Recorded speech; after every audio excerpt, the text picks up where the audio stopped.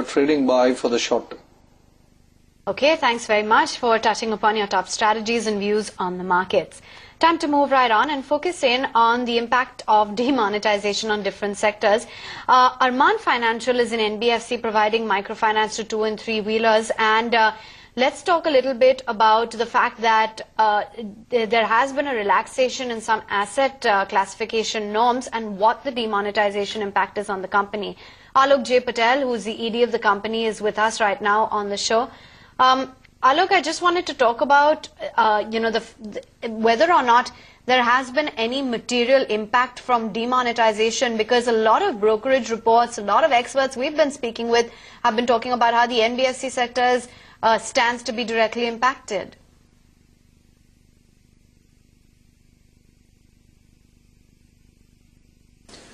Well, first of all, good afternoon and thanks for having me. It is somewhat true that in the short term we are experiencing sort of a period of high stress, especially from the repayment standpoint, because there isn't enough liquidity available in the rural markets to help us pay our installments in time.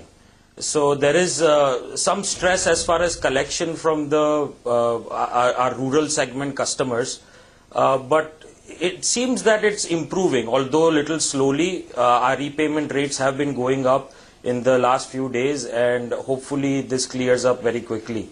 But yes, in the short term, there is an impact on the overall industry because disbursements have completely stopped.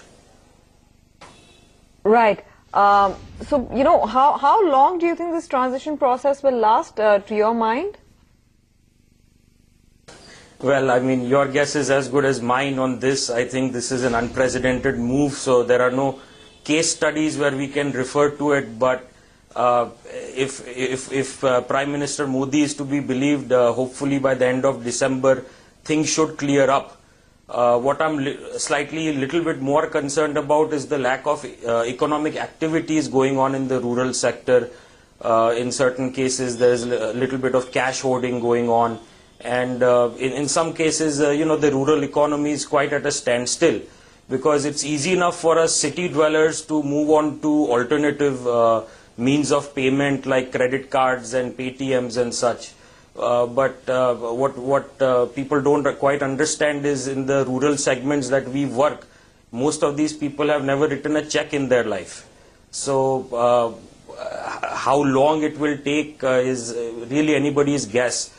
But the way things are going right now, as far as the repayment rate, we hope that everything will be business as usual in another 2 to 3 weeks. Okay, now, if we take a look at your AUMs, they've grown about 55% at 215 crores in the second quarter.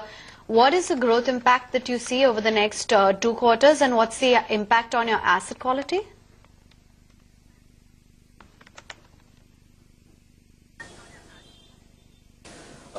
So it's a little early to quote on the impact on the asset quality. Most of our customers are willing to repay us, although it's the cash crunch, which since we cannot collect in old currency or the discontinued currency notes, that's what's causing the repayment issue. But once that currency liquidity returns in the market, hopefully we should not have the effect on the asset quality should be negligible. As far as our overall growth targets are concerned, absolutely we are going to lose at least a month in our disbursement. So our overall estimates will probably reduce, our targets will reduce by about 10 to 12% for the coming quarter. But thankfully, since our any disbursement that we make or don't make, the effect of that is spread across an entire year, because we give short-term 1-year loans. So any individual quarter, we don't expect there to be that much of an income impact. But spread across the next 3 to 4 quarters, definitely there'll be a slight impact based on the interest income reduction. Thanks very much for taking time out and giving us a sense of what the demonetization impact is on your company. Quick break right here on the show. Coming up, we talk a little bit about brokerage costs.